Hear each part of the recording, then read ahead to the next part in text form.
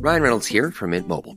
I don't know if you knew this, but anyone can get the same premium wireless for $15 a month plan that I've been enjoying. It's not just for celebrities. So do like I did and have one of your assistants switch you to Mint Mobile today. I'm told it's super easy to do at mintmobile.com/switch. Upfront payment of $45 for 3-month plan, equivalent to $15 per month required. New subscribers only. Renew for 12 months to lock in savings. Taxes and fees extra. Additional restrictions apply. See full terms at mintmobile.com.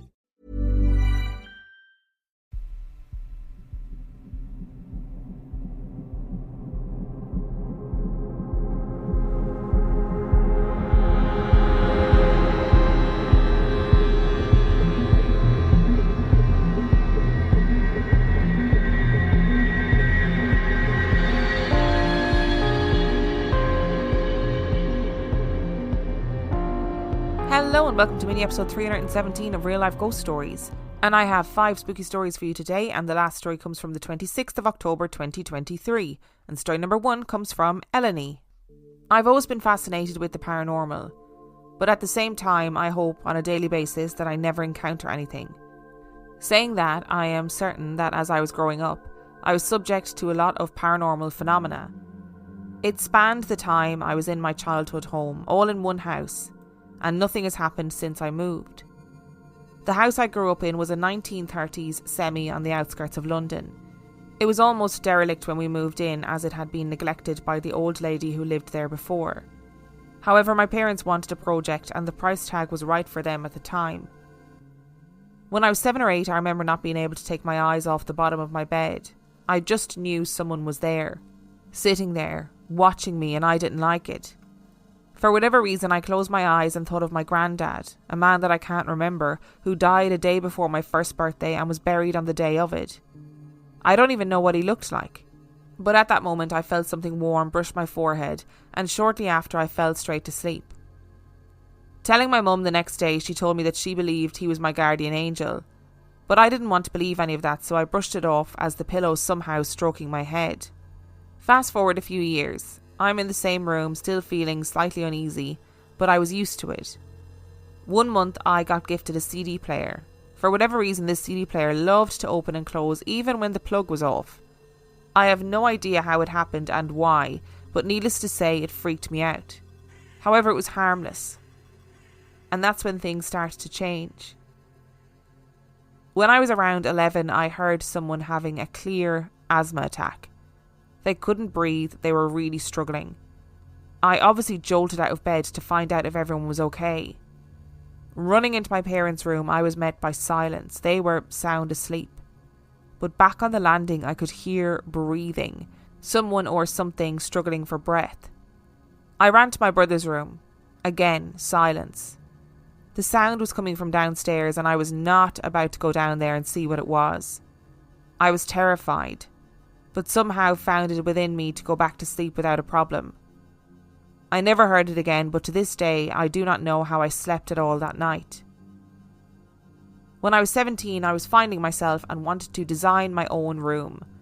I bought a large clock and hung it on the wall that was around a foot away from my bed in the middle of the room.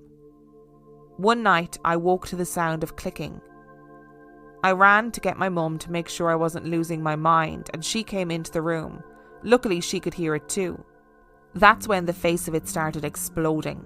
Not once, not twice, but 4 times, and shards of glass flew onto my bed. If I hadn't woken up, I could have been quite hurt. A few nights later, I went to sip my water in the night, only to find that the glass was cracked at the top, and shards had sunk to the bottom of the glass. I didn't drink it, luckily. I've only realised when writing this that most of the things that happened to me involved glass.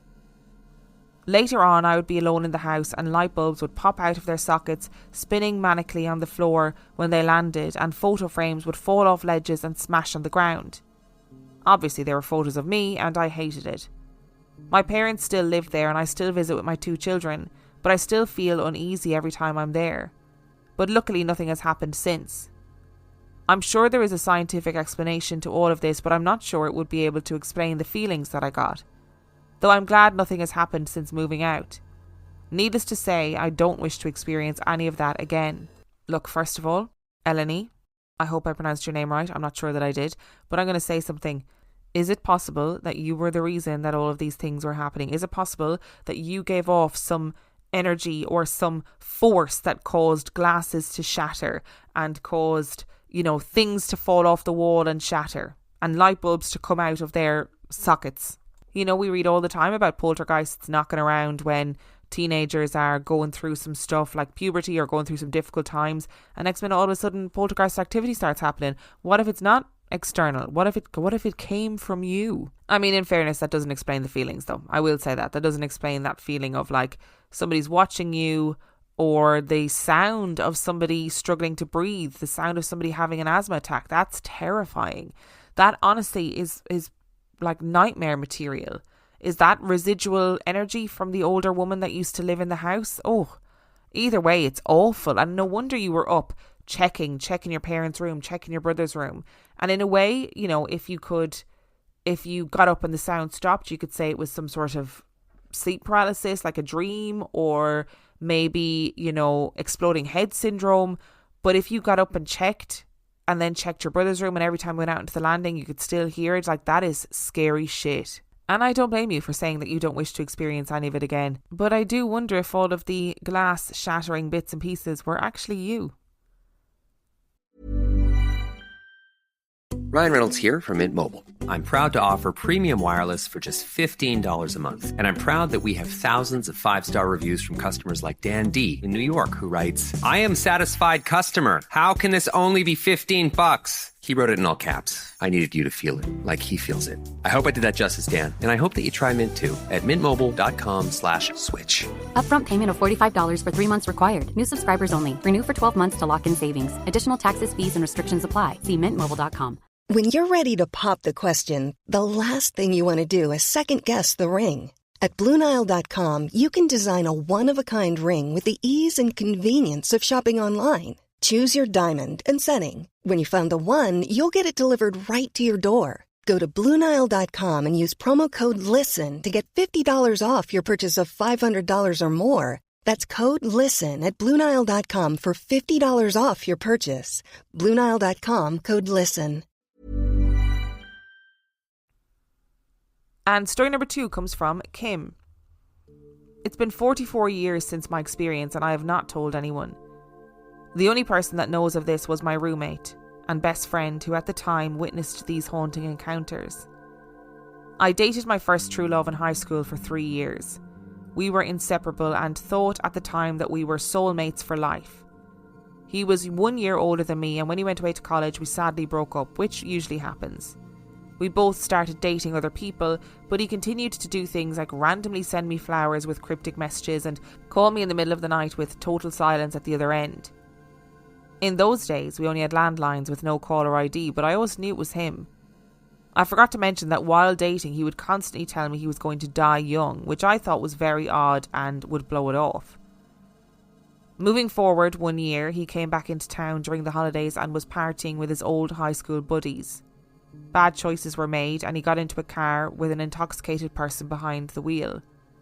The car hit a tree and flipped several times, and all other 4 people walked away except him, who incurred a massive head injury which left him in a coma in the hospital for over a month.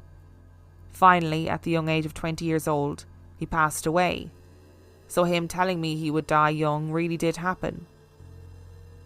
On the day of his funeral, coincidentally, the gravediggers went on strike and his body lay in cold storage for about 3 weeks. Now here's where it turns me into a believer and will forever change my mind. For these 3 weeks while he lay in cold storage, I would receive a call in the middle of every night with total dead silence on the other end. Both I and my roommate knew it was him, as this is what he did while he was alive on occasion. Sometimes I would have to disconnect the phone, as it got to be so upsetting. But as soon as I plugged the phone back in, it started again. When the gravedigger strike ended, and on the exact day he was finally buried, the calls stopped. And never again did this happen to me. Kim, stop it. That is wild. That is crazy and must have been so traumatic at the time. I have some experience in people predicting when they were going to die. And I know that people will listen and they'll say, oh, this person said they were going to die young because of the lifestyle they were living. It was just kind of an assumption. They were like, whoa, if I don't stop living this lifestyle, I'm going to die young. But I knew somebody who lived a normal, not very wild life, and who said they were going to die at a certain age. And they did. They died at that age, and I've never been able to explain it. I've never been able to understand why they specifically said that age and how they ended up dying at that age. It just blows my mind. But those phone calls are wild. I posted on TikTok recently like a series about phone calls from beyond the grave. And let me tell you the amount of people that were in the comments having had similar experiences of receiving calls from loved ones who have passed away. And it's very, very coincidental that the calls stopped when he was buried. What I am glad is that your roommate and friend was there to experience this along with you and look after you during this experience, so that your experience could be validated. And I don't mean for us, I don't mean for the listeners, I don't mean for me, I mean for you yourself, that you can go, listen, this is actually happening. This is happening. This has happened before when he was alive, and it is happening again now that he's dead. And then the day that he gets buried, it stops. And I'm glad that you had somebody to share that with at the time. And story number 3 comes from Bob. During our recent visit to Ireland, we spent a day in Cove. My wife and I, being Catholic, went to Mass at the cathedral there, while our daughter, who's not practicing, and the rest of our group drove around Cove. When they picked us up after Mass, we visited the Titanic Museum there. Before we entered the museum, our daughter was fine. She drove the others around Cove and was fine during our photo ops before we entered the museum. When we entered the Titanic Museum, she suddenly got extremely cold. So cold her hands were getting numb, as though she was experiencing the cold North Atlantic waters that the Titanic was sinking in. She also said she really didn't feel well. While we toured the museum, she continued to feel the same sensations. After we left the museum, we decided to get something to eat at one of the local restaurants. All she ordered was soup and only had a few spoonfuls of that. We decided to go back to the place where we were staying, normally only a 30-minute drive. That day, because of the cannonball rally that was ending in Cove, it took us 2.5 hours. She finally began to warm up by the time we were at the cottage. During our time in the museum, the rest of our group, there were 6 of us in total, were fine, never experiencing anything like she experienced. The rest of that day and the next, she was her normal self. Now, I've never been to any of the Titanic museums, but we all sort of grew up, especially when Titanic, the film, came out. I mean, prior to that, people were pretty fascinated by the Titanic disaster and the huge loss of life and the things that could have been done to prevent it and how needless the loss of life was, etc., etc. But when the Titanic film came out, I think everybody doubly was interested in the Titanic. So what I mean by that is it holds a massive, powerful, emotional energy for a lot of people. And while I'm not implying that that is what made your daughter feel unwell, I wonder if all of that emotional energy, all of these people who are coming to the Titanic desperate to know more about it, trying to learn about it, coupled with the energy of the actual disaster itself, maybe it causes people to feel those feelings of the emotional horror that people who were on the Titanic felt when the ship went down. Maybe that mix of the current emotional involvement that people have in the Titanic and the emotional horror of what actually happened allows something to be replayed or revisited in the modern day. We hear stories about this all the time where people visit a historical place or a commemorative museum or whatever, and they feel the feelings of the people that experienced that in the first place.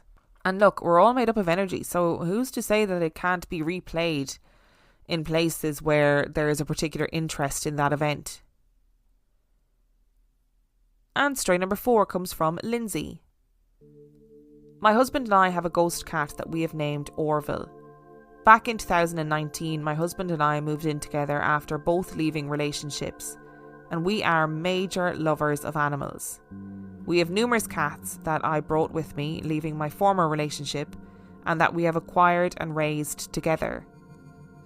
One day while playing with the furry gang, my husband's son watched Gizmo, our furry brown kitten, sit up on her back legs like a groundhog and stare up the stairs.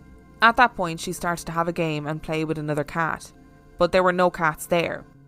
Weird, right? Fast forward to when we were moving out of the rental home. We corralled all of our kitties in one of our upstairs bedrooms while we were moving out all of the furniture. Once the house had been emptied, my husband made one final trip to bring the kitties to their new home. He was alone in our home and checked it one last time. He went upstairs to the bedroom to put the kitties in their carriers and head out to the car. With all the cats in their transports, another cat, a brown one, ran past him. Scared him because all of our cats were spoken for. He looked up and down the house and no cat. Numerous other experiences happened. Seeing this same cat out of the corner of our eye in our new house, walking in weird places, sitting on the couch, guarding our daughter's bedroom, going on vacation with us.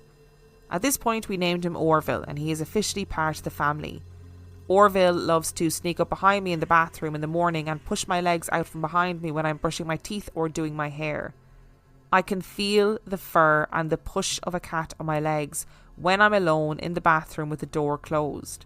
Never have we felt scared of Orville. He is just a furry friend from the afterlife looking for a family to love him, and he found his home with us. Oh, that's really sweet. And I wonder if, similar to the story that we had on Wednesday about, I think the cat was named Chloe, and Chloe, the real cat, and then the ghost cat that seemed to accompany Chloe.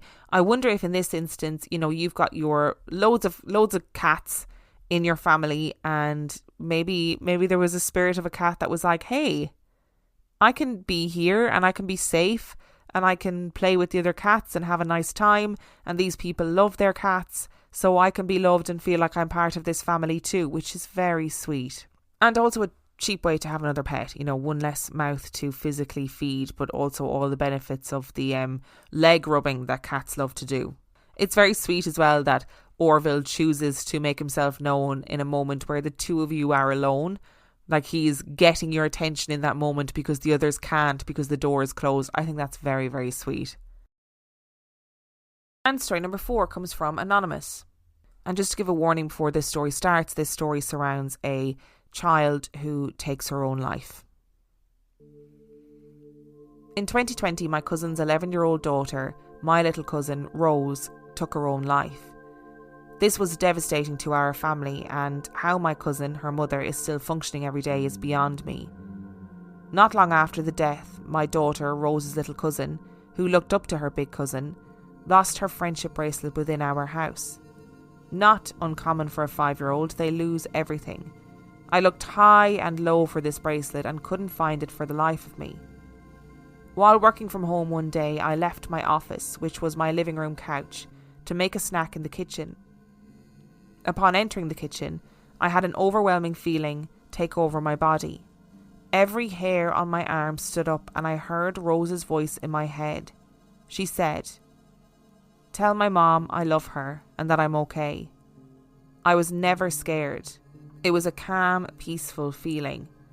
I replied, "Rose, I will. We love you very much and miss you so much more. Please be with your mom. She needs you so very badly." After that, the feeling went away and everything was back to normal.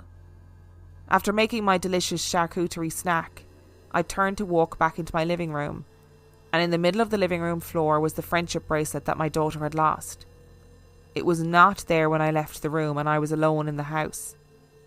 I truly believe that it was Rose sending her love to her little cousin from heaven. To this day, I know it was her, and I know she still loves to check in on us and her little cousin. Anonymous, I have very little to say about this story. I can't even begin to imagine the devastation and pain that your family would have felt when this little girl took her own life. But I am so glad that she was able to find a way to communicate with you in both kind of hearing her voice and also the lost bracelet. I mean, it's lovely. And I'm sure there are lots of people listening who will need to hear a story like this today. Thank you so much for listening to today's episode. Thank you to Eleni, Kim, Bob, Lindsay and Anonymous for sending in your stories. Remember, the last story came from the 26th of October 2023. And if you would like to send in your story, you can do so by emailing it to reallifeghoststoriespodcast@gmail.com. You can also check out the website reallifeghoststoriespodcast.com. And if you are desperate for some extra content, you can subscribe to the Patreon. That's patreon.com/reallifeghoststories, where for $5 a month or $2 a month you get access to heaps of extra content, as well as every single main and mini episode completely ad-free. And on that note, I shall see you next time.